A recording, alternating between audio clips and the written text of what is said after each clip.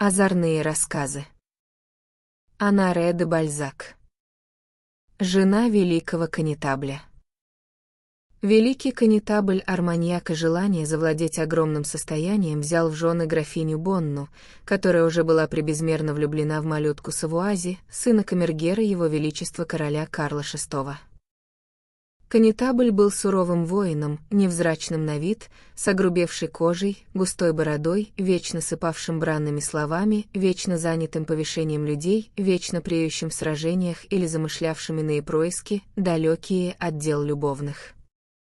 Посему сей добрый солдат, мало заботившийся о том, чтобы придать вкуса брачной похлебки, обходился с пленительной супругой на манер человека с более возвышенными помыслами. От подобного обращения дамы приходят в величайший ужас, ибо им совсем не по душе, когда лишь брусья кровати становятся единственными свидетелями их пылких и страстных забав. И вот прекрасная графиня, едва сочетавшись браком с конетаблем, лишь с еще большим пылом припала к источнику любви, коей было переполнено ее сердце к вышеупомянутому Савуази, что сей дворянин отчетливо заметил. Желая вместе разучить одну и ту же музыку, они вскоре сладили свои прихоти и разгадали тайную грамоту. Для королевы Изабеллы стало совершенно очевидно, что лошадей Савуази куда чаще ставили в конюшне ее кузины Арманьяк, нежели в отеле Сан-Поль, где жил камергер после разрушения его усадьбы, учиненного по решению университета, о чем известно каждому. Вся сдержанная и мудрая принцесса заранее опасалась какого-нибудь печального происшествия для Бонны, тем более что конетабль был так же горазд махать своим широким мечом, как священник раздавать благословение. Посему упомянутая королева, острая на язык, словно кинжал, выходя однажды после вечерни, сказала своей кузине, берущей святую воду вместе с Савуази: «Милочка, разве ты не видишь кровь в этой воде?» «Экая досада», — молвил Савуази королеве. «Любовь милуется с кровью, государыня». Королева сочла сей ответ удачным, записала его, а позже применила на деле, когда ее супруг-король ранил одного из ее любовников, чей конец вы увидите в всем повествовании. Из постоянного опыта вам известно, что в пору первой любви каждый из двоих влюбленных всегда очень боится выдать тайну своего сердца. Как из целомудренной осторожности, так и ради забавы, доставляемой сладкими уловками галантности, они соревнуются в том, кто лучше утаит свои мысли. Однако единого дня забывчивости достаточно, чтобы похоронить все добродетельное прошлое. Бедная женщина оказывается пойманной в своей радости, точно в аркан, ее возлюбленный выдает свое присутствие или же отъезд какой-нибудь вещью, шарфом, шпорой, забытой по роковой случайности, и следует удар кинжала, подрезающий тенета, столь искусно сплетенные их золотыми утехами. Но когда человек уж пресыщен днями, не следует строить гримасы перед смертью, а меч мужа — приятная кончина для галантного кавалера, если только существуют приятные смерти. Быть может, именно так и завершатся веселые любовные похождения жены конетабля. Однажды утром господин де Арманьяк, получив изрядно свободного времени вследствие бегства герцога Бургундского, покидавшего Ланьи, решил пойти и пожелать своей супруге доброго дня. Он попытался разбудить ее довольно приятным образом, дабы она не сердилась, однако она, погруженная в глубокий утренний сон, ответила на его ласки: «Оставь меня в покое, Шарль». «Охохо», — молвил конетабль, услышав имя святого, который вовсе не числился среди его покровителей, «похоже, у меня на голове поселился Шарль». Тогда, не касаясь жены, он выскочил из кровати и помчался вверх по лестнице с пылающим лицом и обнаженным мечом туда, где спала служанка графини, будучи убежденным, что сия девица замешана в этом деле. «Ах ты, адская девка!» — закричал он, дабы дать выход своей страсти. «Молись, ибо я намереваюсь убить тебя сию же минуту из-за тайных происков Шарля, что приходит сюда». «Ах, монсеньор», — ответила женщина, — «кто вам это сказал?» Стой спокойно, дабы я мог проткнуть тебя одним ударом, если ты не признаешься мне во всех назначенных свиданиях и том, как именно они были устроены. Если твой язык заплетется или ты заметуешься, я пронжу тебя своим кинжалом. Пронзите меня насквозь, ответила девица. Вы ничего не узнаете. Конетабль, дурно приняв сей отличный ответ, от великой ярости пронзил ее на месте. Вернувшись в спальню жены, он сказал своему конюху, которого встретил на лестнице, разбуженного криками девицы: «Сходи наверх, я довольно сурово наставил Билетту на путь истинный». Прежде чем снова предстать перед Бонной, он пошел за своим сыном, спавшим как младенец, и грубо повел его в ее комнату. Мать, как вы можете себе представить, весьма широко раскрыла глаза от криков своего крошки.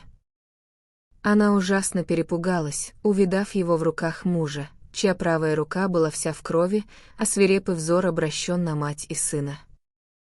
«Что произошло?» — спросила она. «Сударыня», — спросил сей человек скорой расправы, — «сей ребенок, плод моих чресл или же чресл Савуази, вашего любовника?» При этом вопросе Бонна побледнела и бросилась к сыну, словно испуганная лягушка, прыгающая в воду. «Ах, он воистину наш», — сказала она.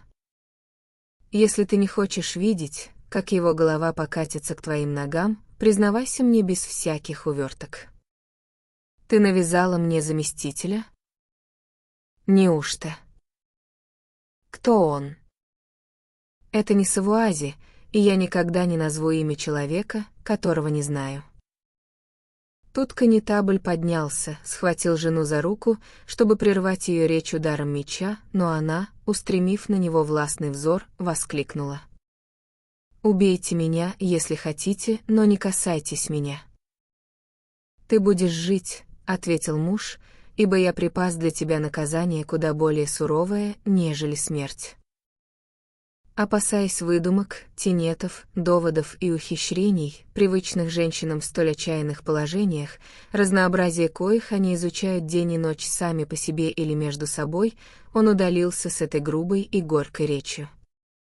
Он немедля отправился допрашивать слуг с лицом божественно ужасным, так что все они отвечали ему словно Богу Отцу в день страшного суда, когда каждый из нас будет призван к ответу. Никто из них не ведал, какая серьезная беда кроется за этими молниеносными допросами и лукавыми расспросами. Однако из всего сказанного конетабль пришел к выводу, что ни один мужчина в его доме не замешан в этом деле, за исключением одного из его псов, которого он навсегда лишил дара лаять и коего приставил охранять сады. Схватив его своими руками, он задушил его от злости.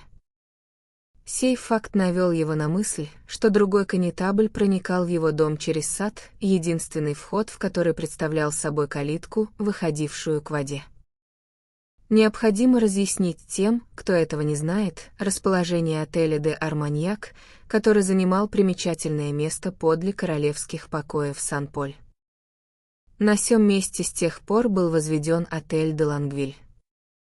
Тогда, как и ныне, жилище Арманьяка имело крыльцо из прекрасного камня на улице Сентября-Антуан, было укреплено со всех сторон, а его высокие стены со стороны реки, напротив острова Коров, где ныне располагается порт Лугрев, были снабжены башенками. Чертежи их долгое время показывали в доме кардинала Дюпра, канцлера короля. Конетабль раскинул умом и из глубины своих лучших замыслов извлек самый удачный, приладив его к данному случаю так ловко, что кавалер непременно попался бы, точно заяц в селки. «Клянусь смертью», — молвил он, — «мой насадитель рогов попался, и у меня теперь есть время подумать, как с ним покончить». Вот каков был порядок битвы, который сей великий косматый капитан, ведший столь славную войну против герцога Жана Бесстрашного, отдавал для нападения на своего тайного врага. Он взял немалое число своих самых верных и ловких арбалетчиков и разместил их на башне у набережной, повелев им под страхом самого жестокого наказания стрелять без разбора, за исключением его жены, во всякого из его домочадцев, кто попытается покинуть сады и впустить туда, будь то ночью или днем, любезного кавалера. То же самое было сделано и со стороны крыльца на улице Сентября-Антуан. Челяди и даже капеллану было приказано не покидать дом под страхом смерти. Затем охрана обеих сторон отеля была поручена воинам отряда дворянского ополчения, которым велели зорко смотреть по сторонам на прилегающих улицах. Так становилось совершенно верным, что неизвестный любовник, коим конетабль был одарен своей парой рогов, будет схвачен тепленьким, когда, ничего не ведая, прибудет в привычный час любви, дабы дерзко водрузить свое знамя в самом сердце законных владений упомянутого господина графа. Это была ловушка, в которую попался бы самый искушенный человек, если только его не хранила бы высшая сила, как то было с добрым святым Петром, когда Спаситель удержал его от падения на дно морское в тот день, когда они вознамерились проверить, так же ли тверда вода, как суша.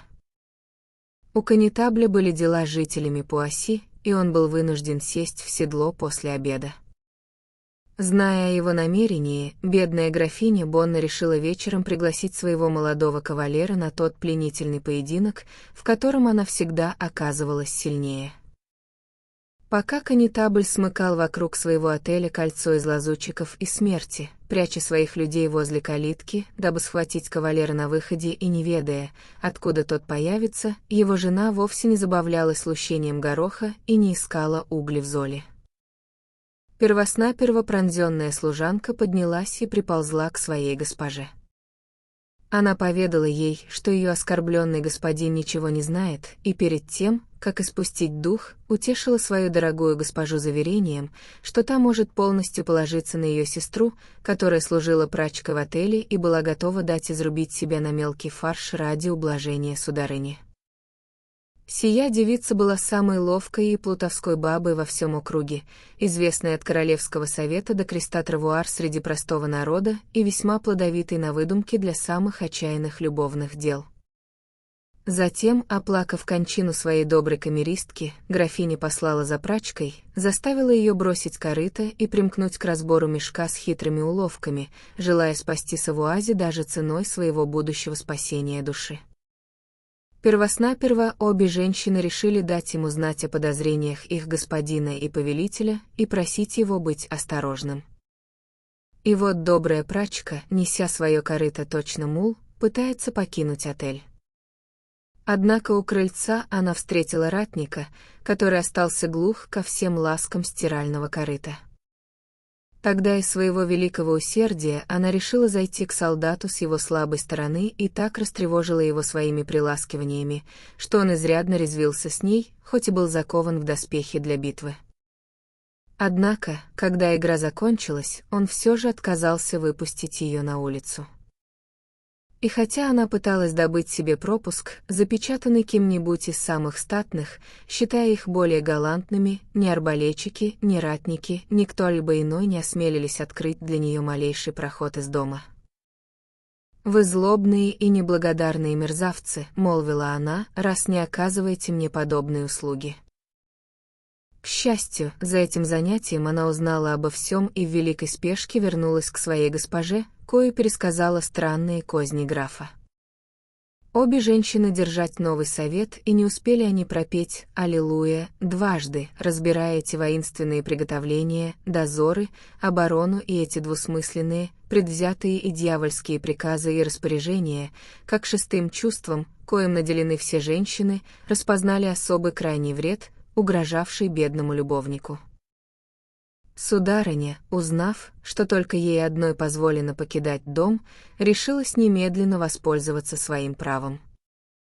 Однако она не отошла и на расстоянии полета стрелы, поскольку конетабль приказал 4 своим пажам постоянно дежурить и сопровождать графиню, а 2 прапорщикам его отряда не отходить от нее.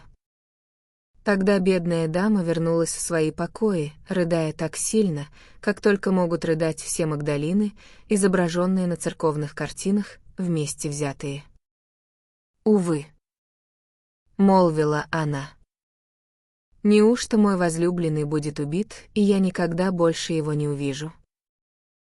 Он, чьи речи были столь сладостны, а манеры столь изящны. Сия прекрасная голова, которая так часто покоилась на моих коленях, теперь будет разбита. Неужели я не могу бросить своему мужу пустую и ничего не стоящую голову взамен той, что исполнена прелести и достоинства, дурную голову вместо благоухающей, ненавистную голову вместо любимой? «Ах, сударыня!» — воскликнула прачка. «Что если мы нарядим в одежды благородного господина сына управляющего, который от меня без ума и изрядно мне досаждает, и, отделив его таким образом, вытолкнем через калитку?» При этих словах обе женщины взглянули друг на друга глазами убийц. «Сей непрошенный гость, — сказала прачка, — едва будет убит, как все эти солдаты разлетятся, точно гуси». «Да, но разве граф не узнает сего беднягу?» И графиня, ударив себя в грудь, воскликнула, качая головой: «Нет, нет, милочка, здесь нужна благородная кровь, которую следует пролить без остатка». Затем она немного подумала и, подпрыгнув от радости, внезапно расцеловала прачку, молвив: «За то, что ты подала мне мысль, как спасти жизнь моего возлюбленного, я буду платить тебе за его жизнь до самой смерти». С этими словами графиня осушила слезы, приняла вид новобрачный, взяла сумочку и молитвенник и отправилась в церковь Сан-Поль, чьи колокола, как она слышала, уже звонили, знаменуя начало последней обедни. В всем милом усердии графиня никогда не уступала другим, будучи видной дамой, как и все придворные женщины. Сию обедню называли щегольской, ибо там нельзя было встретить никого, кроме франтов, модников, молодых господ и дам, выреженных и сильно надушенных. В самом деле, там нельзя было увидеть ни одного наряда без гербов и ни одних шпаг без позолоты. И вот графиня Бонна удалилась, оставив в отеле изрядно изумленную прачку, коей было поручено зорко смотреть по сторонам. Она прибыла в церковь с великой пышностью, в сопровождении своих пажей, двоих прапорщиков и ратников. Здесь необходимо сказать, что среди стаи галантных рыцарей, резвившихся подле дам в церкви, у графини был не один поклонник, чьей отрадой она являлась и кто отдал ей свое сердце по обычаю юношей, которые заносят свои записные книжки с избытком имен лишь для того, чтобы покорить хотя бы одну из великого множества. Среди этих птиц высокой добычи, что с раскрытыми клювами чаще глядели между скамьями и молитвенниками, нежели в сторону алтаря и священников, был один, коего графиня иногда одаряла милостыней своего взора, ибо он был менее празден и более глубоко сражен, нежели все остальные. Сей кавалер оставался робок, всегда прижимался к одной и той же колонне, никогда не сходя с места, но охотно приходил в восторг от одного лишь вида этой дамы, которую избрал своей госпожой. Его бледное лицо было исполнено тихой грусти. Его облик свидетельствовал о благородном сердце, одном из тех, что питают пылкие страсти и с наслаждением погружаются в отчаяние безответной любви. Таких людей мало, ибо обычно человеку больше мило ведомые радости, нежели неведомое блаженство, таящееся и процветающее в самых сокровенных глубинах души. Сей упомянутый дворянин, хоть его одежды и были хорошо сшиты, чисты и опрятны, а в их устройстве проглядывал известный вкус, казался жене конетабля бедным рыцарем, ищущим удачи и пришедшим издалека, имея лишь свое дворянство в качестве приданого. И вот, отчасти из догадки о его тайной бедности, отчасти потому, что была им горячо любима, а немного и от того, что он имел приятный лик, прекрасные черные волосы и хорошую статуру, оставаясь во всем смиренным и покорным, жена конетабля желала ему благосклонности женщины судьбы, дабы его галантность не простаивала без дела. Из добрых хозяйских побуждений она разжигала его воображение согласно своим фантазиям с помощью некоторых малых благосклонностей и коротких взглядов, что извивались к нему, точно кусачие гадюки, играя счастьем этой молодой жизни, словно принцесса, привыкшая забавляться предметами более драгоценными, нежели простой рыцарь. В самом деле, ее муж рисковал целым королевством, точно грошом в пикете. Наконец, всего 3 дня назад, по окончании вечерни, жена конетабля, указывая королеве на сего искателя любви, смеясь, молвила: «Вот истинно благородный человек». Вся фраза так и осталась в языке светского общества. Позже вошло в обычай именно так обозначать придворных людей. И французский язык обязан всем пленительным выражением именно жене конетабля де Арманьяка и никому иному. По счастливой случайности графиня правильно угадала относительно сего дворянина. Это был рыцарь без знамени, по имени Жюльен де Буа-Буридон. Не унаследовав в своем поместье достаточно даже на зубочистку и не ведая иного богатства, кроме богатой природы, кое его своевременно отделила покойная мать, он задумал извлечь из нее доход и пользу при дворе, зная, когда мы падки на сии добрые доходы и как высоко и дорого их ценят, когда они способны выдержать взгляд между двумя солнцами. Есть немало подобных ему, что избрали узкую женскую тропу, дабы пробить себе дорогу. Однако он, далеко не расходуя свою любовь по мерным частям, потратил все средства без остатка, как только пришел на щегольскую обедню и увидал победоносную красоту графини Бонны. Тогда он влюбился по-настоящему, что стало великим испытанием для его кроткого нрава, ибо он потерял и жажду, и аппетит. Вся любовь, из самого дурного пошиба, ибо побуждает вас к любовной диете во время диеты любви, двойной недуг, из коих любого одного достаточно, чтобы угасить человека. Таков был молодой дворянин, о котором подумала добрая дама и к коему она поспешила, дабы пригласить его на смерть. Войдя, она увидала бедного рыцаря, который, верный своему удовольствию, поджидал ее, прижавшись спиной к колонне, словно больной страждет солнца, весны и рассвета. Тогда она отвернула глаза и восхотела пойти к королеве, дабы просить ее помощи в сём отчаянном деле, ибо пожалела своего любовника.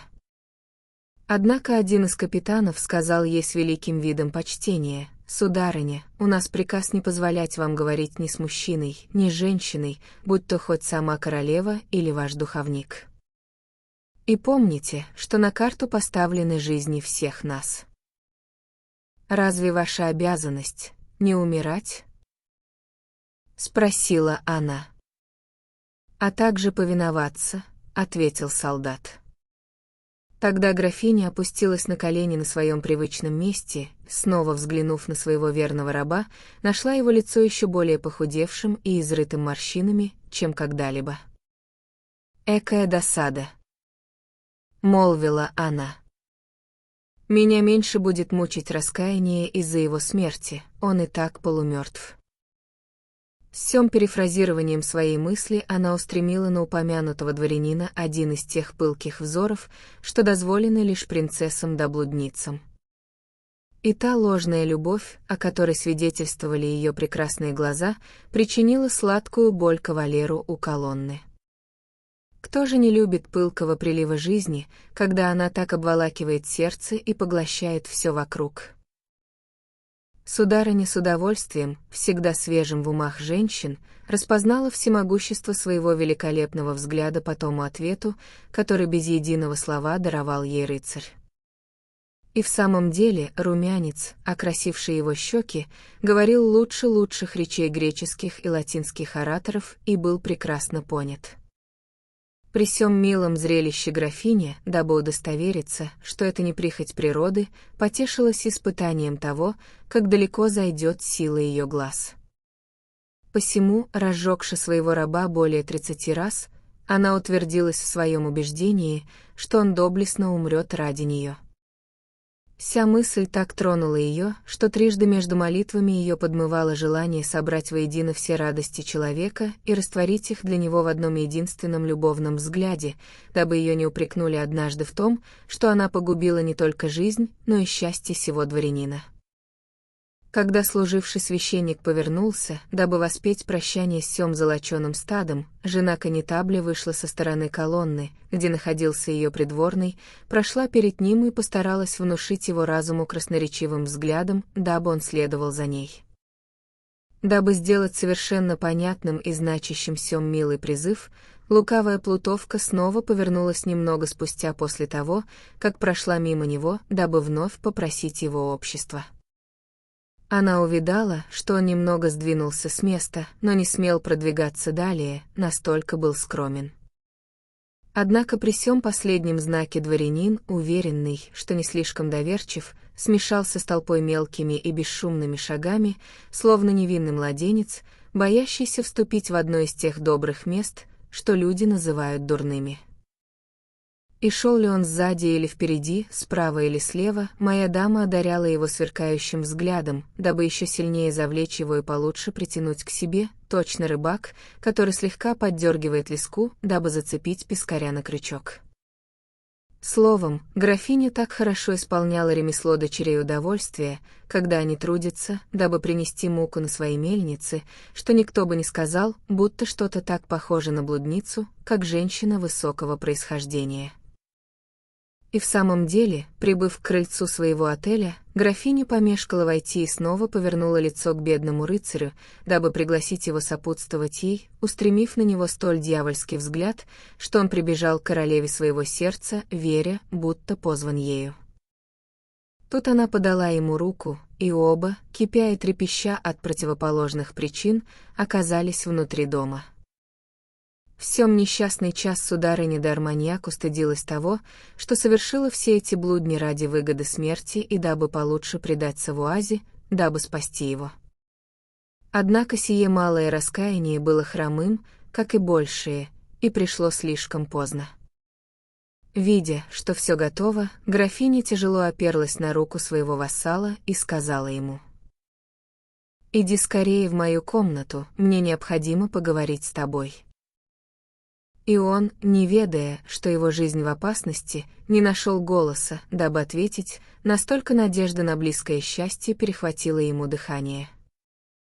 Когда прачка увидала этого красивого дворянина, столь быстро пойманного на крючок, она молвила: «Ах, эти придворные дамы лучше всех знают толк в таком деле».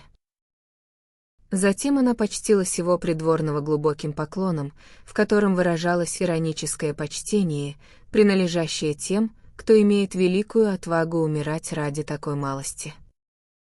«Пикарда», — сказала супруга конетабля, подтягивая прачку к себе за юбку, — «у меня не хватает духу признаться ему в той награде, которую я собираюсь заплатить за его безответную любовь и его пленительную веру в женскую верность». Экая досада. «Сударыня, зачем ему говорить? Отошлите его вполне довольным через калитку.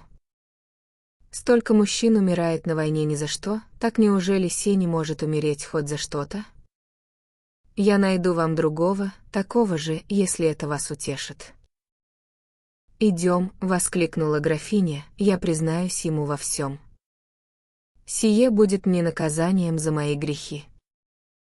Думая, что ся дама улаживает со своей служанкой некоторые малые припасы и тайные дела, дабы им не мешали во время обещанного свидания, неизвестный любовник держался на скромном расстоянии, разглядывая мух. Тем не менее он находил графиню весьма дерзкой, но так же, как сделал бы даже горбун, находил 1000 причин для ее оправдания и считал себя вполне достойным внушить такую безрассудность. Он был погружен в эти добрые мысли, когда жена конетабля открыла дверь своей спальни и пригласила рыцаря следовать за ней. Там вся благородная дама отбросила все пышные убранства своего высокого положения, упав к ногам сего дворянина, стала простой женщиной. «Увы, милый сударь», — сказала она, — «я поступила с вами гнусно. Выслушайте. При выходе из этого дома вас ждет смерть. Любовь, которую я питаю к другому, лишила меня разума, и не будучи в силах занять его место здесь, вам придется занять его перед его убийцами. Вот то веселье, на которое я вас призвала». «Ах! ответил Буабуридон, похоронив в глубинах своего сердца темное отчаяние. «Я благодарен вам за то, что вы воспользовались мною, как чем-то, принадлежащим вам. Да, я люблю вас так сильно, что каждый день мечтал предложить вам, по примеру дам, то, что можно отдать лишь единожды. Возьмите же мою жизнь». И бедный рыцарь, говоря это, одарил ее одним взглядом, которого хватило бы на все то время, что он мог бы смотреть на нее в течение долгих дней. Услышав эти доблестные и любящие слова, Бонна внезапно поднялась. «Ах! Если бы не Савуази, как бы я тебя любила!» — сказала она. «Увы». «Стало быть, жребий мой брошен», — ответил Буабуридон. «Мой гороскоп предсказывал, что я умру от любви к великой даме». «Ах, Боже!» — сказал он, сжимая свой добрый меч. «Я дорого продам свою жизнь, но умру довольным, думая, что моя кончина обеспечит счастье той, кого я люблю. Я буду лучше жить в ее памяти, нежели наяву». При виде этого жеста и сияющего лица сего отважного человека жена конетабля была ранена в самое сердце. Но вскоре она была уязвлена до глубины души от того, что он, казалось, хотел покинуть ее, даже не попросив малейшей благосклонности. «Иди, я вооружу тебя», — сказала она ему, пытаясь поцеловать его. «Экая досада, любовь моя», — ответил он, окропляя тихой слезой огонь своих глаз. «Неужто вы хотите сделать мою смерть невозможной, придавая слишком большую цену моей жизни?» «Иди», — воскликнула она, побежденная этой пылкой любовью.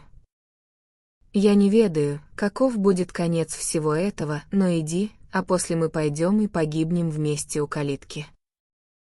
Единое пламя вспыхнуло в их сердцах, единый лад прозвучал для них обоих.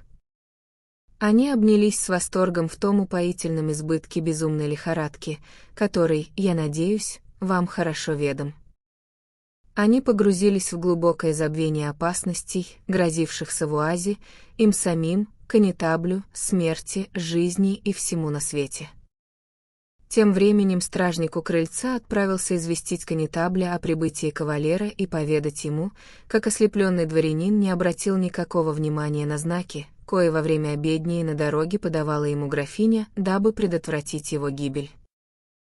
Они встретили своего господина, прибывшего в великой спешке калитки, ибо с их стороны арбалетчики набережной свистнули ему издали, молвив: «Сеньор де Савуази прошел внутрь».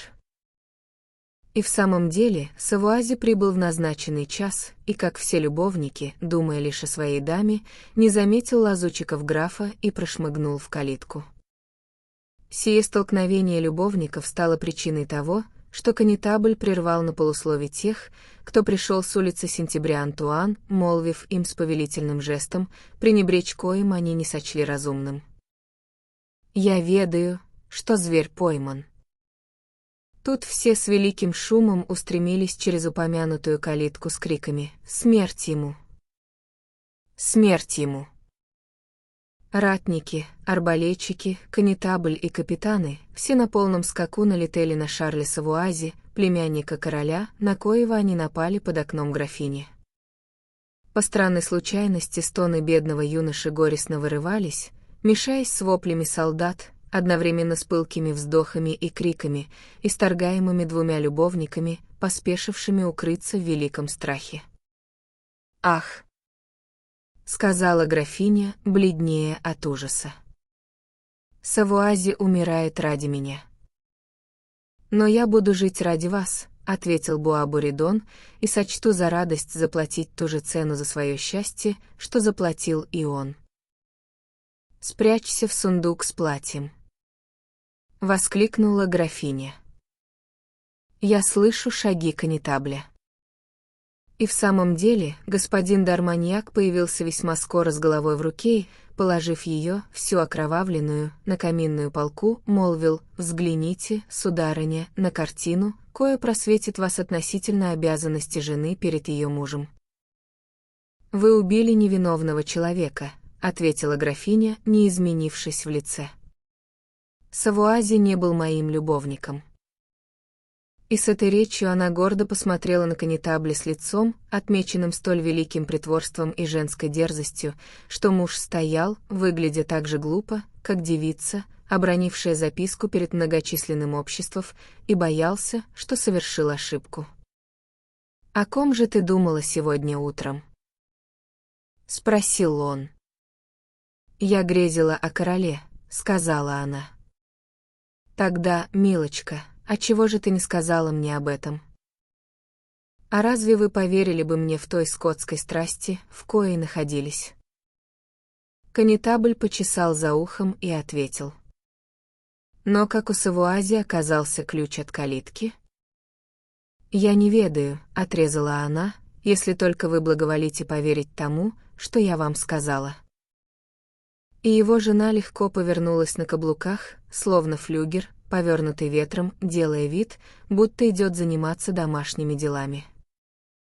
Вы можете себе представить, что Д'Арманьяк был весьма смущен головой бедного Савуази, а Буа-Буридон со своей стороны не имел ни малейшего желания кашлять, слушая графа, который ворчал про себя всякие слова. Наконец конетабль нанес 2 тяжелых удара по столу и молвил: «Пойду-ка я нападу на жителей Пуасси». Затем он удалился, а когда настала ночь, Буа-Буридон сбежал из дома под тем или иным видом. Бедный Савуази был горько оплакан своей дамой, сделавшей все, что могла сделать женщина, дабы спасти своего любовника. Позже о нем не просто плакали, о нем сожалели, ибо графиня, поведав сие приключение королеве Изабелле, ее величество переманила Буа-Буридона со службы своей кузины и взяла его на свою собственную, настолько она была тронута достоинствами и твердой отвагой сего дворянина. Буа-Буридон был человеком, коего опасность весьма рекомендовала дамам. В самом деле, он держал себя столь гордо во всем том высоком положении, которое сулила ему королева, что однажды, дурно поступив с королем Карлом, когда сей бедняга находился в своем уме, придворные, ревнивые к чужой благосклонности, донесли королю о его рогах. Буа-Буридона в один миг зашили в мешок и бросили в сену, возле переправы у Шарантона, о чем известно каждому.